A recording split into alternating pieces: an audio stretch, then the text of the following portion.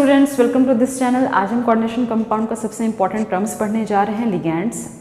Ligand जो है इस चैप्टर का सबसे इंपॉर्टेंट टर्म है और ये भी कह सकते हैं कि इस लिगैंड इस चैप्टर का सबसे इंपॉर्टेंट कंसेप्ट है। इससे पहले वाले वीडियो में हमने बताया था कि कोऑर्डिनेशन कंपाउंड क्या होता है। कोऑर्डिनेशन कंपाउंड यूजुअली ऐसा दिखता है, यानी आपको ये ब्रैकेट नज़र आएगा, ठीक है। कोऑर्डिनेशन कंपाउंड जो रिप्रेजेंटेशन है उसका वो ऐसा है। इसका कुछ मतलब होता है, ये बर्नर्स थ्योरी में हम लोग पढ़ेंगे। फिलहाल आप यहाँ पर ये देख लें, ये मेटल है, ट्रांजिशन मेटल है। इससे पहले भी मैंने बताया था कि ट्रांजिशन मेटल है। ट्रांजिशन मेटल जो है वो अब चारों तरफ से या तो एटम से घिरा हो सकता है, या किसी मॉलिक्यूल से घिरा हो सकता है, या किसी आयन से घिरा हो सकता है। तो जिनसे वो घिरा रहता है वो हमने यहाँ पर इस ब्रैकेट में दिया है। आज हम देखेंगे कि ये जो एटम्स होंगे, ये जो आयंस होंगे, या ये जो मॉलिक्यूल्स होंगे, जो ट्रांजिशन मेटल को चारों तरफ से घेर के रखते हैं इन द सेंस कि चारों तरफ से वो आते हैं और मेटल आयन से बॉन्ड बनाते हैं। और कौन सा बॉन्ड बनाते हैं? कोऑर्डिनेट बॉन्ड बनाते हैं। तो कोऑर्डिनेट बॉन्ड क्या होता है वो भी हम इस चैप्टर में देखेंगे, और इसी बेसिस पे इस चैप्टर का नाम भी पड़ा है कोऑर्डिनेशन कंपाउंड। बेसिकली हम यहाँ पर कवर क्या करना चाहते हैं कि वो एटम्स या वो आयंस या वो मॉलिक्यूल्स जो सेंट्रल मेटल आयंस को चारों तरफ से घेरते हैं उन्हें हम क्या कहते हैं? तो उन्हें हम लिगैंड्स कहते हैं। वो सेंट्रल मेटल आयंस की तरफ क्यों आते हैं, सेंट्रल मेटल आयन की तरफ क्यों अट्रैक्ट होते हैं, वो सारी चीज़ें सीखेंगे। तो बेसिकली आज हम एक टर्म्स को इंट्रोड्यूस करेंगे आज के टॉपिक में। उस टर्म का नाम है लिगैंड। यानी हमने लास्ट क्लास में देखा था कि मेटल आयंस जो होते हैं, मेटल आयंस यानी ट्रांजिशन मेटल जो होते हैं जिन्हें हम सेंट्रल एटम कहते हैं, इससे पहले वाले वीडियो में हमने कवर किया था। सेंट्रल मेटल जो होते हैं वो चारों तरफ से घिरे हो सकते हैं किसी एटम से, या किसी आयन से, या किसी मॉलिक्यूल से। ये जो चारों तरफ से ये जो एटम या ये जो आयंस जो मेटल की तरफ आते हैं बॉन्ड बनाने के लिए, और कौन सा बॉन्ड बनाते हैं? कोऑर्डिनेशन बॉन्ड बनाने के लिए। That atom and that molecule और that ions are called ligand. उसी को ही हम लिगैंड्स कहते हैं। ये लिगैंड्स मेटल के चारों तरफ टू नंबर में आ सकते हैं, हो सकता है कुछ 4, मतलब नंबर ऑफ लिगैंड्स जो होंगे जो मेटल आयंस को सराउंड करेंगे वो 4 भी हो सकते हैं, 6 भी हो सकते हैं, व्हाटएवर, ये हम आगे देखेंगे। लेकिन अभी आपने क्या सीखा? वो सारे एटम्स, वो मॉलिक्यूल्स या वो आयंस जो ट्रांजिशन मेटल को चारों तरफ से आकर सराउंड करते हैं, घेरते हैं और उनसे बॉन्ड बनाते हैं। बॉन्ड कौन सा होता है? Coordinate bond. ये आगे हम देखेंगे। तो दैट टाइप ऑफ एटम्स और मॉलिक्यूल्स और आयंस आर कॉल्ड लिगैंड्स, ठीक है। ये लिगैंड्स का डेफिनेशन हुआ। अब हम लिगैंड्स के टाइप्स को देखेंगे, लिगैंड्स की प्रॉपर्टीज़ को देखेंगे। तो स्टार्ट करते हैं। सबसे पहले ये जानना है, अभी आपने ये सीखा होगा कि ठीक है, अब से आपको मेटल आयन दिखेंगे, यानी आपको इस कोऑर्डिनेशन स्फीयर में, इस कोऑर्डिनेशन ब्रैकेट में आपको दिखेगा क्या क्या? ट्रांजिशन मेटल आयन दिखेंगे, यानी डी ब्लॉक के एलिमेंट्स दिखेंगे, और आपको एटम, आयन और मॉलिक्यूल्स जो दिखेंगे उससे आप अब से आप उसे नाम क्या लेंगे? लिगैंड्स का नाम लेंगे, ठीक है। अभी जैसे मैं एक एग्जाम्पल दे दूँ, एग्जाम्पल के तौर पर अगर हम बात करें एनाइन,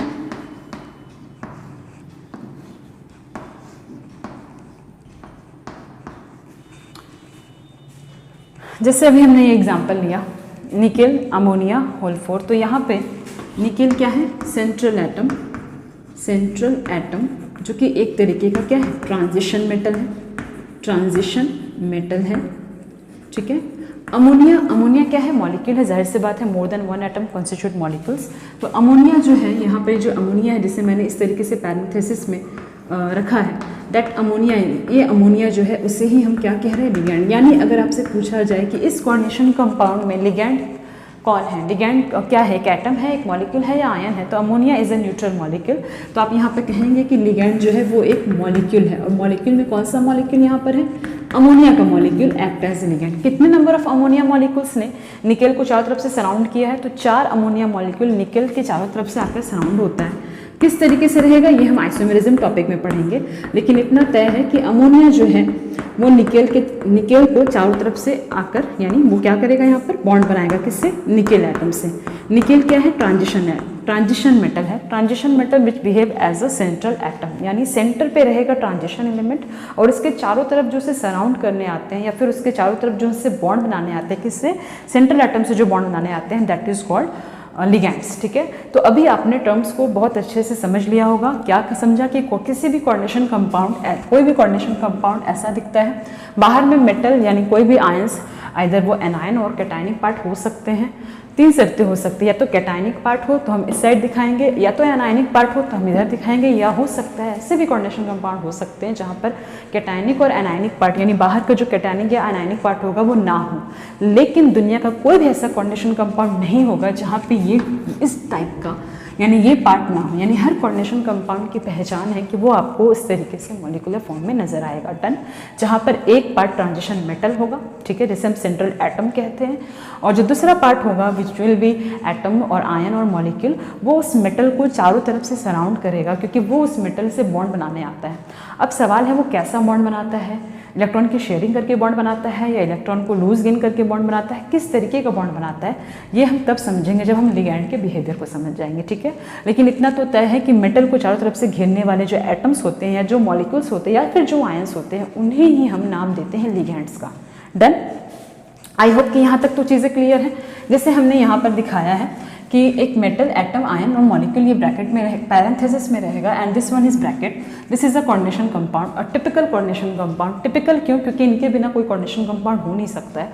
बाहर में कैटायनिक पार्ट दें या एनायनिक पार्ट दें, डजंट मैटर, वो हो भी सकते हैं नहीं भी हो सकते। जैसे मैंने एक सबसे बेस्ट एग्जांपल लिया यहाँ पर, निकेल है, अमोनिया है, एंड यहाँ पर मैंने निकेल को क्या कहा है, निकेल एक सेंट्रल एटम है। Why it is central atom, why it behaves as central atom, because nickel is a transition metal, ठीक है। और जितने भी कोऑर्डिनेशन कंपाउंड होते हैं वो ट्रांजिशन मेटल ही बनाते हैं। ट्रांजिशन मेटल्स की ही प्रॉपर्टी होती है, कैरेक्टरिस्टिक प्रॉपर्टी होती है कि वो क्या बनाते हैं, कोऑर्डिनेशन कंपाउंड बनाते हैं।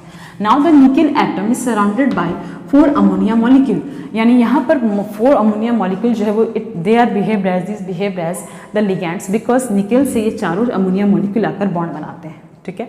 आगे के टर्म्स में हम देखेंगे बॉन्ड्स कैसे बनते हैं, बट अब हम लिगैंड्स के बारे में जान जाए तो अभी मैं इसे हटा दूँ। तो यहाँ मैंने क्या लिखा, लिगैंड्स में भी एन एटम और आयन और मॉलिक्यूल। जैसे इससे पहले मैंने कहा कि एक लिगैंड जो होता है वो एटम भी हो सकता है, आयन भी हो सकता है और वो मॉलिक्यूल भी हो सकता है, विच हैव कैपेसिटी या विच कैपेबल टू डोनेट, अपने डोनेट कर सकता है। वो क्या डोनेट कर सकता है, लोन पेयर इलेक्ट्रॉन को, एटलीस्ट एक लोन पेयर इलेक्ट्रॉन को वो डोनेट कर सके। किसे डोनेट करना है, सेंट्रल मेटल एटम को। यानी इससे पहले जो मैंने यहाँ पर बनाया था एक्चुअली निकेल को, और चारों तरफ से मैंने यहाँ पर अमोनिया मॉलिक्यूल दिया था। Here ammonia molecule behaved as ligand, और कौन सा molecule, ammonia molecule behaved as ligand. अब सवाल है ये लिगैंड के जैसा कैसे बिहेव कर सकता है, किस तरह के मॉलिक्यूल को, किस तरीके के एटम को और किस तरीके के आयंस को हम लिगैंड कह सकते हैं।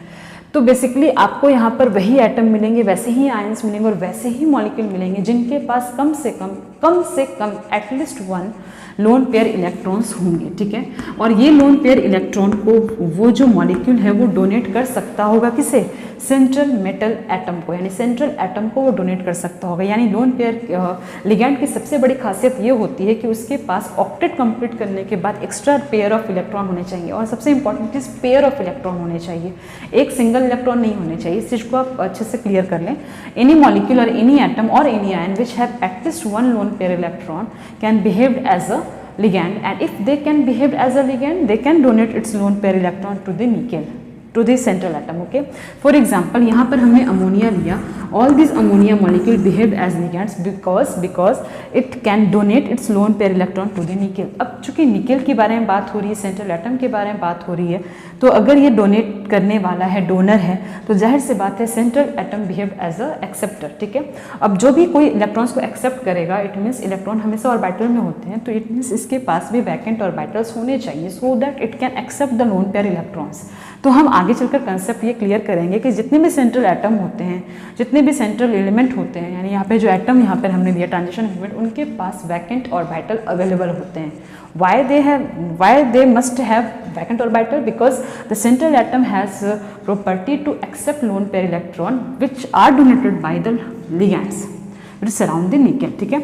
अब जो कि इसने अपने लोन पेयर इलेक्ट्रॉन को दिया है, इस तरीके के बॉन्ड फॉर्मेशन को, इस तरह के बॉन्ड जो बनते हैं, because nickel and ligands, because the central atom and ligands both are interact, and since they are chemically interact they form chemical bonds. इस तरह के केमिकल बॉन्ड को जहाँ पे लोन पेयर को डोनेट करके एक बॉन्ड बना है, that type of bond coordinate bond. इस तरह के बॉन्ड को हम लोग कोऑर्डिनेट बॉन्ड कहते हैं।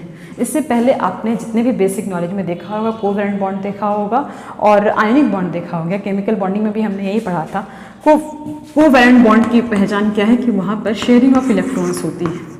sharing of electrons and these electrons may be in single number or may be in double or triple।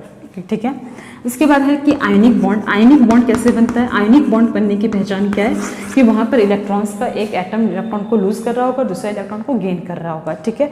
But coordinate bond बनने का चांसेस क्या है? कोऑर्डिनेट बॉन्ड बनने की सबसे इंपॉर्टेंट कंडीशन क्या है?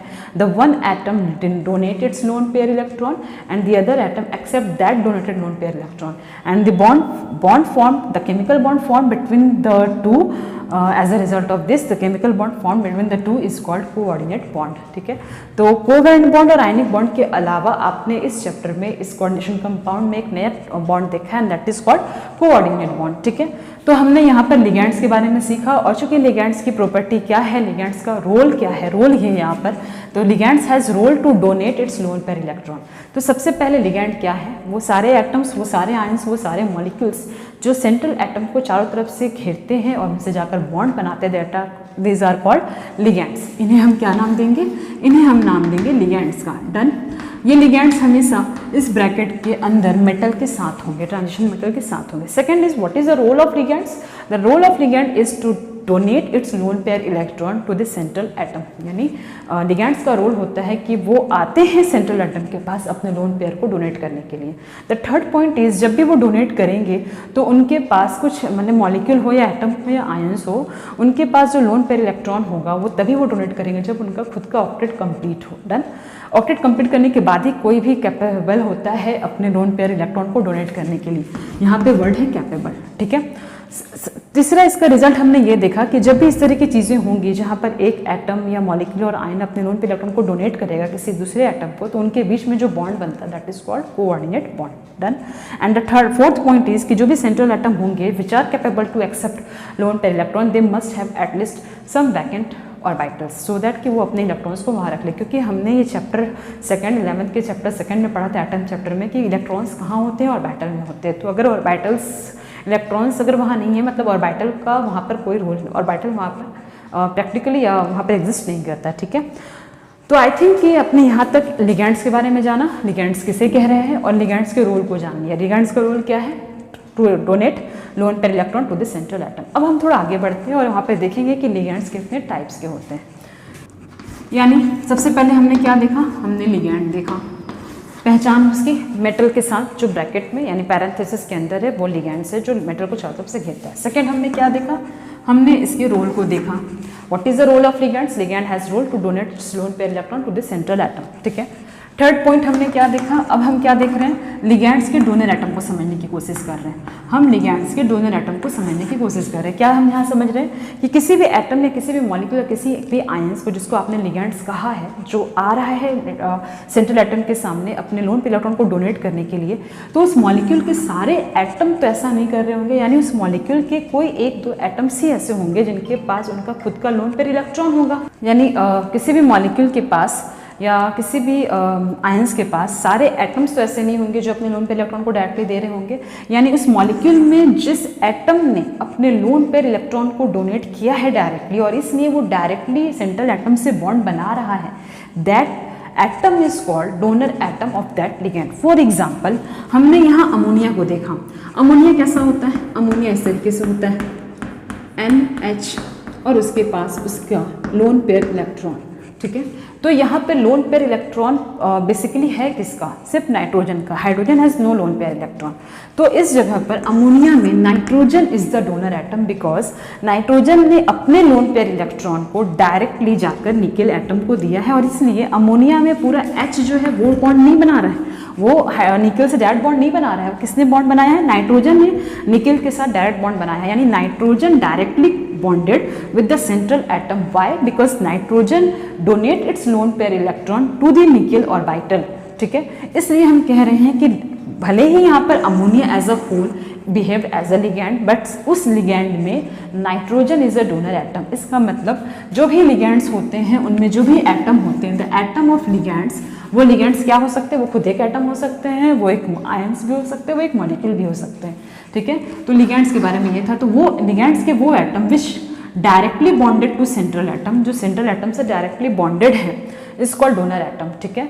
Why they are called donor atom? Because वो डायरेक्टली अपने लोन पेयर इलेक्ट्रॉन को क्या कर रहा है? डोनेट कर रहा है। डन। तो इससे भी यहाँ पे क्लियर कर चुके हैं, डोनर एटम क्लियर हो चुका, लिगैंड्स क्लियर, लिगैंड्स का role clear, donor atom clear. अब हम यहाँ पर देखेंगे लिगैंड्स के टाइप्स को देखेंगे। डन। अब हम फोर्थ पार्ट पढ़ेंगे लिगैंड्स के बारे में, denticity of ligand, denticity of ligands. Denticity of ligand क्या है? तो अभी हमने डोनर एटम देखा, ठीक है। हमने यहाँ पे ये देखा कि जैसे फॉर एग्जांपल अमोनिया के बारे में बात किया जाए तो अमोनिया है एक लिगैंड जिसमें nitrogen is the donor atom, because nitrogen nitrogen donate its lone pair electron to the central atom and has directly bonded to the central atom.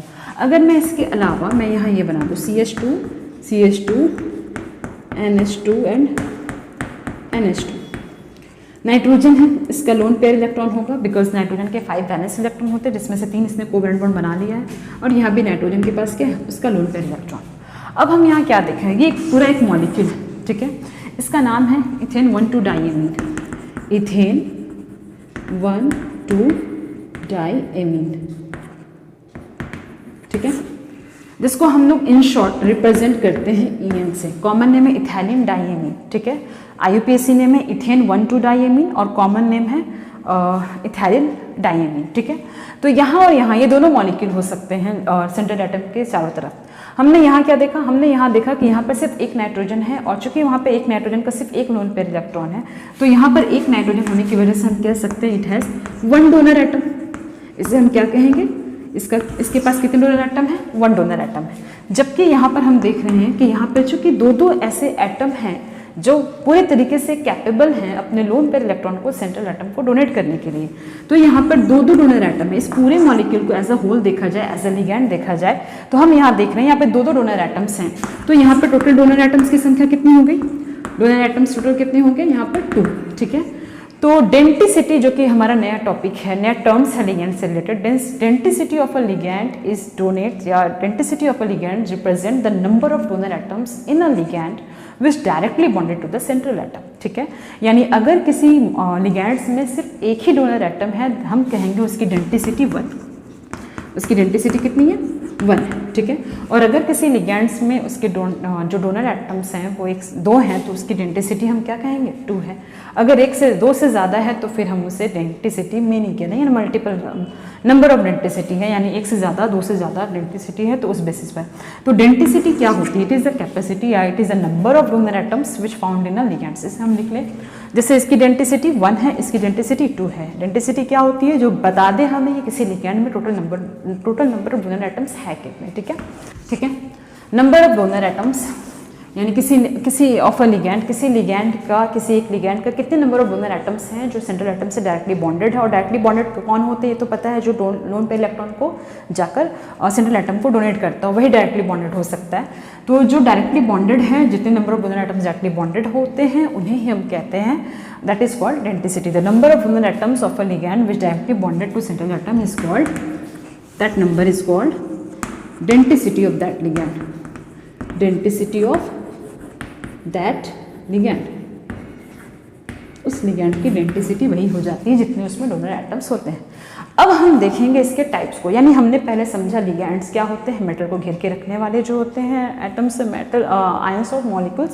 Second हमने लिगैंड्स के रोल को देखा, तो लिगैंड्स का role जानना बहुत ज़रूरी है। Ligands has role to donate its lone pair electron to the central atom.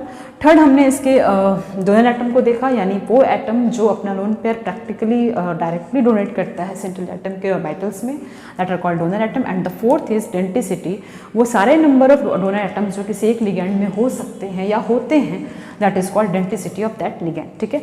अब हम डेंटिसिटी के बेसिस पर लिगैंड्स के टाइप्स को पढ़ेंगे, ठीक है, टाइप्स ऑफ लिगैंड्स। तो on the basis of denticity,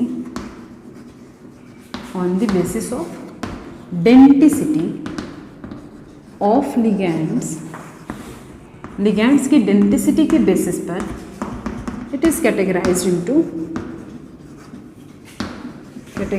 into following types,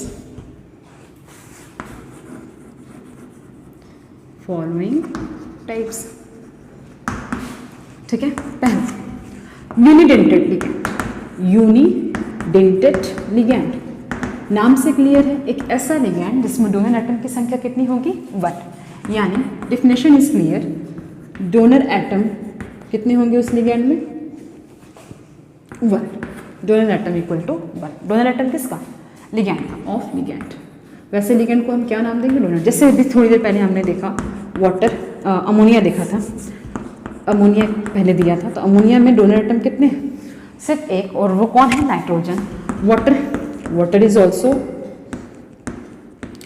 water में भी हम देख सकते हैं कि यहाँ पर डोनर एटम कितने हैं? एक, that is oxygen. Lone pair के नंबर को नहीं काउंट करना है। क्या कहा मैंने? लोन पेयर के नंबर्स को काउंट नहीं करना है कि number of lone pair electrons is density, नहीं। किसी डोनर एटम के पास एक लोन पेयर हो या एक से ज़्यादा लोन पेयर हो, डजंट मैटर, हमें उससे कोई फर्क नहीं पड़ता। बस हमें ये जानना है कि उस लिगैंड्स में कितने डोनर एटम हैं, ठीक है, जो जाकर सेंट्रल एटम से बॉन्ड बना सकता है।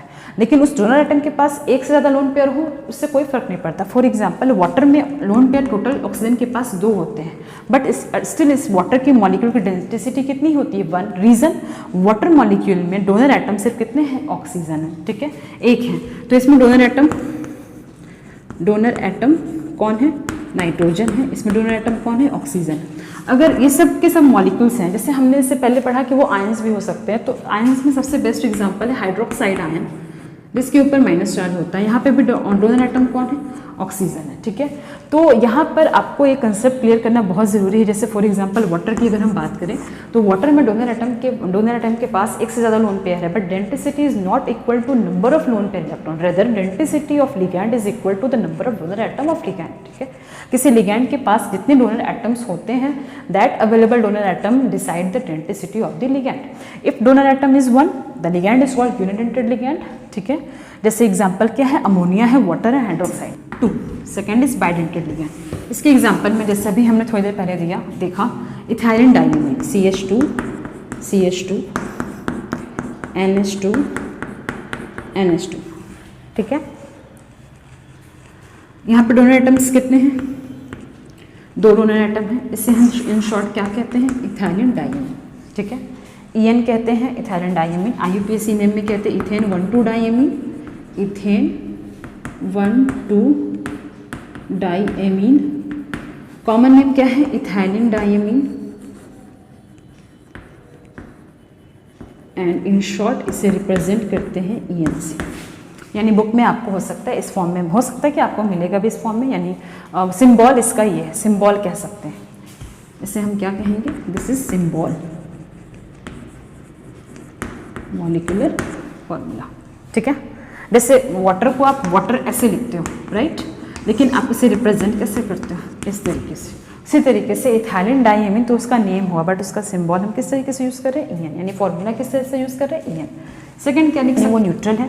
सेकेंड एग्जाम्पल हम देखेंगे oxalate ion, oxalate ion COO minus, ठीक है। यहाँ पर डोनर एटम की संख्या कितनी है? ऑक्सीजन। यहाँ पर डोनर एटम कितने हैं? ये ऑक्सीजन के बारे में बात हो रही है, तो इसे हम कहेंगे ऑक्जेलेट आयन। रिप्रेजेंट कैसे करते हैं इसे? OX, ठीक है। इसकी डोनर एटम कितनी है? Donor atom is equal to 2। कौन है यहाँ पर? ये ऑक्सीजन और ये ऑक्सीजन, ठीक है। और ये किस तरीके का लिगैंड्स है? न्यूट्रल है या आयनिक है? तो दिस इज आयनिक, यानी आयंस के वाला लिगैंड है। हमने पहले भी पढ़ चुके हैं कि जो लिगैंड्स होते हैं वो एक एटम का भी रोल हो सकता है, एटम भी हो सकता है, वो मॉलिक्यूल भी हो सकता है, वो आयन भी हो सकता है। डन, इसे हम हटा दें। Now the third example is glycinate ion. Glycinate ion जो इस तरीके से होता है, CH2 एक में आपने देना है NH और एक में आपने देना है COO माइनस, ठीक है। देख लो मैं, यही है ना, CH2COO माइनस, यानी ऐसे होगा। तो अभी ये थर्ड एग्जांपल हमने देखा ग्लाइसिनेट आयन, ठीक है। CH2COO माइनस NH2, ये भी किस तरीके का लिगैंड है? ये भी आयनिक लिगैंड है। यहाँ पर डोनर एटम कौन है? नाइट्रोजन, और यहाँ पर एक कौन सा है? ऑक्सीजन, ठीक है। मुझे नहीं लगता कि बाइडेंटेड लिगैंड में इससे ज़्यादा कुछ होगा। अब हम चलते हैं हमारे पॉलीडेंटेड लिगैंड में। बाइडेंटेड लिगैंड में डोनर एटम की संख्या कितनी होती है? 2। Now the third is polydentate ligand. Third हम चलेंगे पॉलीडेंटेड लिगैंड में। डेंटेड का मीनिंग तो क्लियर है, यानी डेंटेड यानी डेंटिसिटी की बेसिस पे लिगैंड्स को बांटना, और यहाँ पर जो डोनर एटम होगा वही डिसाइड करेगा कि वो लिगैंड्स कैसा है, यूनिडेंटेड लिगैंड है कि बाइडेंटेड लिगैंड है कि पॉलीडेंटेड लिगैंड है। पॉलीडेंटेड लिगैंड की अगर हम बात करें तो पॉलीडेंटेड लिगैंड्स जो होते हैं जिनमें डोनर एटम की संख्या मोर देन 2 होगी, donor atoms may be more than 2, ठीक है। डोनर एटम की संख्या मोर देन 2 होगी, यानी ligands with several donor atoms. इसमें बेस्ट एग्जांपल है इथाइलिन डाइएमीन टेट्राएसीटेट, ये आपको बुक में मिल जाएगा। इथाइलिन डाइएमीन टेट्राएसीटेट सबसे फेमस एग्जांपल, जिसकी डेंटिसिटी जो होती है, डेंटिसिटी इसकी जो होती है वो 6 होती है। कैसे, तो हम देखते हैं CH2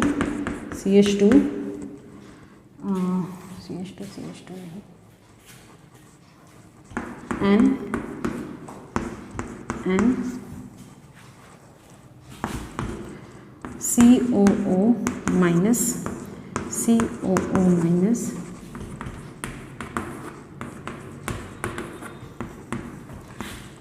तो यहाँ पे डेंटिसिटी कितनी है, 6 है। कैसे, 1 2 जो कि नाइट्रोजन एटम है, और इसके बाद ये 3 4 5 एंड 6।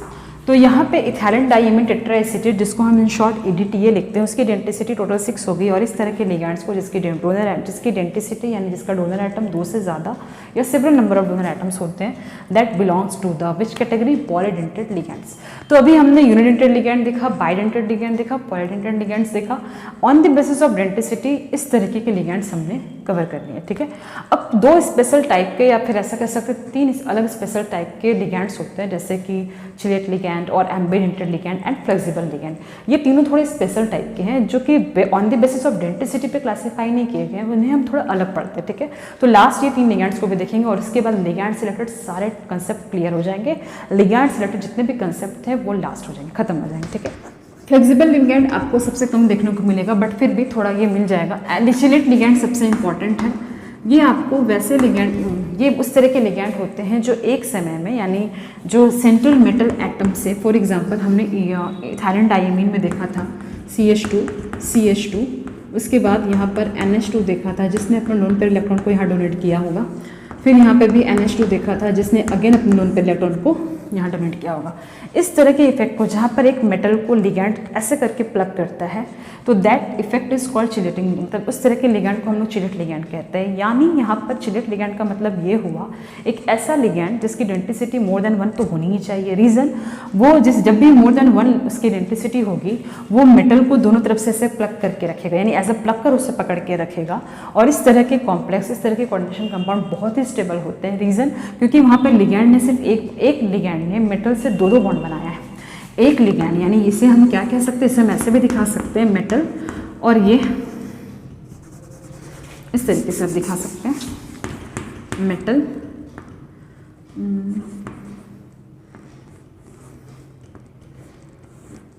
ठीक है।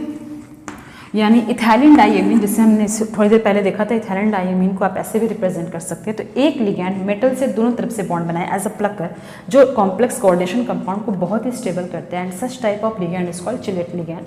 तो चिलेट लिगैंड कभी भी यूनिडेंटेड लिगैंड नहीं हो सकता। यानी अगर ऑब्जेक्टिव में ऐसा क्वेश्चन आए कि chelate ligand must be, and option है unidentate ligand, bidentate ligand, third can both, and fourth हो नॉन ऑफ दिस, तो चिलेट लिगैंड कभी भी यूनिडेंटेड लिगैंड नहीं हो सकता है। क्यों? क्योंकि एक लिगैंड को कम से कम 2 बॉन्ड उससे बनाने हैं, किससे, सेंट्रल मेटल एटम से, एक ही समय में, ठीक है। तो ये chelate ligand never be unidentate ligand, it may be polydentate ligand, यानी बाइडेंटेड भी हो सकता है, ट्राइडेंटेड भी हो सकता है, पॉलीडेंटेड भी हो सकता है, लेकिन यूनिडेंटेड लिगैंड चिलेट लिगैंड नहीं हो सकता है। रीज़न, क्योंकि हम यहाँ पे कह रहे हैं चिलेट लिगैंड का काम है मेटल को एक बॉन्ड ना बना करके एटलीस्ट 2 बॉन्ड से मेटल आयन को कस के, यानी टाइटली होल्ड करके रखना, यानी वो जो बॉन्ड बनाता है तो वो नॉर्मल यूनिडेंटेड लिगैंड से स्ट्रॉन्ग बॉन्ड बनाता है, ठीक है। एक समय में वो अपने दोनों डोनर एटम का इस्तेमाल कर सकता है और करता ही है, तभी वो कहलाता है chelate ligand. Then ambidentate ligand क्या होता है, यानी यहाँ पर जो लिगैंड्स होते हैं उनकी डोनर एटम्स जो होती है वो मोर देन 1 होती है, बट एक समय में वो सिर्फ एक ही डोनर एटम का इस्तेमाल करता है, ठीक है। फॉर एग्जाम्पल यहाँ पर हम देख सकते हैं, दिस इज साइनाइड। यहाँ पर अगर कार्बन अगर बॉन्ड बनाए किसी से, तो हम कह सकते हैं कि यहाँ पर डोनर एटम कौन है, कार्बन है, ठीक है। ऐसा भी हो सकता है साइनाइड में, आइसोसाइनाइड में, कि वो वहाँ पर नाइट्रोजन जाकर बॉन्ड बनाए, किससे? Nitrogen behaved as a donor atom, यानी यहाँ डोनर एटम कौन है जिसे मैंने सर्किल किया है, यहाँ डोनर एटम कौन है? नाइट्रोजन। यानी यहाँ पर अगर मेटल ने डायरेक्ट बॉन्ड बनाया हो तो यहाँ पर carbon behaved as a donor atom, और अगर मेटल के साथ नाइट्रोजन ने डबल बॉन्ड बनाया हो तो यहाँ पर nitrogen behaved as a donor atom. Ligand वही है, दैट इज CN या NC यानी साइनाइड, ठीक है, आइसोसाइनाइड। लेकिन यहाँ पर डोनर एटम क्या हो रहे हैं? चेंज हो रहे हैं, और एक लिगैंड अपने दो डोनर एटम में से एक समय पर एक ही डोनर एटम का इस्तेमाल कर सकता है। इन दोनों में फ़र्क क्या है वो ध्यान से सुनना। चिलेटिंग लिगैंड में लिगैंड्स की डेंसिटी मोर देन 1 होती है और वो एक समय में मोर देन 1 डोनर एटम का इस्तेमाल करता है। एक समय में एक मेटल से बॉन्ड बनाने के लिए वो अपने दोनों डोनर एटम का इस्तेमाल करता है एक ही समय पर। बट एम्बीडेंटेड लिगैंड, जो कि जिसकी डेंसिटी बाइडेंटेड हो सकती है, ट्राइडेंटेड हो सकती है, यानी डोनर एटम एक से ज़्यादा होता है, just like chelate ligand, but chelate ligand के जैसा ये नहीं होता। रीज़न, क्योंकि वो एक समय में अपने एक ही डोनर एटम का इस्तेमाल करता है और वो एक ही बॉन्ड बनाता है। एक लिगैंड एक डोनर एटम एक बॉन्ड बनाता है, जबकि चिलेट लिगैंड क्या होता है? अपने दोनों डोनर एटम का इस्तेमाल एक ही समय पर करता है। तो एम्बेडेड, इसी तरीके से इसके अलावा एक और एग्जांपल है थायोसाइनाइड, SCN जहाँ पर सल्फर बॉन्ड बनाएगा और NCS जहाँ पर नाइट्रोजन बॉन्ड बनाएगा, ठीक है। एक ये एग्जांपल है, यहाँ पर डोनर एटम कौन है? सल्फर, यहाँ डोनर एटम कौन है? नाइट्रोजन। इसके अलावा NO2 की अगर हम बात करें तो nitrogen behave as a donor atom, या ऐसा भी हो सकता है कि oxygen behave as a donor atom. Done. तो ambidentate ligand must have more than one donor atom, यानी ambidentate ligand has also more than one donor atom, but at a time it use only one donor atom for the formation of coordinate bond with the central atom। जबकि ligands में मैंने chelate ligand में मैंने क्या कहा? More than one donor atom and both donor atoms, यानी all donor atoms used by the ligands to form the coordinate bond by the metal ion. यानी दोनों में सिमिलैरिटी ये है कि दोनों की डेंसिटी एक से ज़्यादा होती है, और डिससिमिलैरिटी ये है कि चिलेट लिगैंड अपने डोनर एटम का इस्तेमाल एक समय पे कर लेता है, अपने जितने भी डोनर एटम्स होते हैं, लेकिन एम्बीडेंटेड लिगैंड एक समय में अपने एक ही डोनर एटम का इस्तेमाल करता है for the formation of coordinate bond with the central metal ion. Flexible ligands क्या होता है? इसे मैं लिखवा दूंगी आपको, नेक्स्ट क्लास में लिखवा दूंगी, आप डेफिनेशन लिख लेना, बट समझना ज़्यादा इंपॉर्टेंट है। चिलेट लिगैंड में सबसे बेस्ट एग्जांपल है EN is the best example. एम्बीडेंटेड ligand यानी एक ऐसा लिगैंड जहाँ पे डोनर एटम एक से ज़्यादा तो होंगे, बट एक समय में वो एक ही डोनर एटम का इस्तेमाल करेगा। डन। एमबी का मतलब होता है बोथ, यानी वो उनके पास दो डोनर एटम हैं, बट चूंकि वो एक समय में एक ही डोनर एटम का इस्तेमाल कर रहा है, that's why they are called unidentate ligand, ठीक है। दो डोनर एटम होने के बावजूद भी वो किस तरह से बिहेव कर रहा है? यूनिडेंटेड लिगैंड के जैसा बिहेव कर रहा है, and that's why this is called एम्बीडेंटेड ligand. Now the last is third is flexible ligand, यानी जिसमें डोनर एटम की संख्या जो होती है वो चेंज होते जाती है। If the number of donor atoms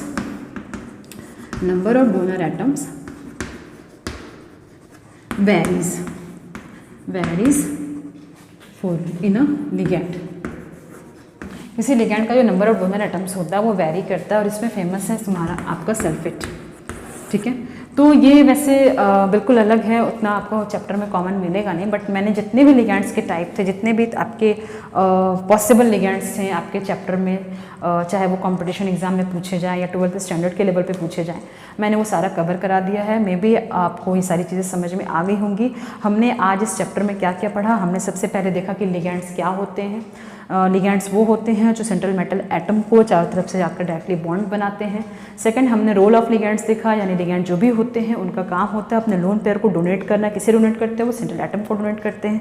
third, हमने ये देखा कि लिगैंड्स के वो एटम जो इस तरीके की चीज़ें करते हैं, यानी अपने लोन पेयर इलेक्ट्रॉन को डायरेक्टली डोनेट करते हैं, that are called donor atom of the ligand. Fourth, हमने ये देखा on the basis of donor atom the density of the ligand, यानी लिगैंड में जितने नंबर ऑफ डोनर एटम्स होते हैं that are called density of that ligand. And fifth, हमने देखा types of ligand. On the basis of density हमने ligands को 3 type में कैटेगराइज किया, unidentate ligand, bidentate ligand and polydentate ligand, और उनका हमने एग्जांपल भी देखा जो मोस्ट कॉमन एग्जांपल जो चैप्टर्स में आपको बहुत कॉमन नहीं मिलेंगे। एंड हमने इनके अलावा 3 स्पेशल टाइप के लिगैंड को देखा, chelate ligand, एम्बीडेंटेड ligand and flexible ligand. अगर इसके अलावा कोई लिगैंड्स हुआ तो हम एग्जाम्पल्स में कवर करेंगे ये, लेकिन यहाँ पे मैंने उस एग्जाम्पल को लिया है जिससे आपको एक टर्म्स क्लियर हो, जिससे आपको एक टॉपिक क्लियर हो। आई होप आपको यहाँ तक चीज़ समझ में आ गई होंगी, और इसके अलावा भी बहुत सारे लिगैंड्स हैं जो हम बहुत सारे टॉपिक में आगे की ओर देखते जाएंगे। तो अगर इसमें भी कुछ डाउट्स होंगे तो आप नेक्स्ट क्लास में, यानी आप कमेंट करके पूछ सकते हैं जो भी डाउट्स होंगे, एंड यहाँ तक की जैसे क्लियर होंगी तो बहुत अच्छी बात है। Thank you so much.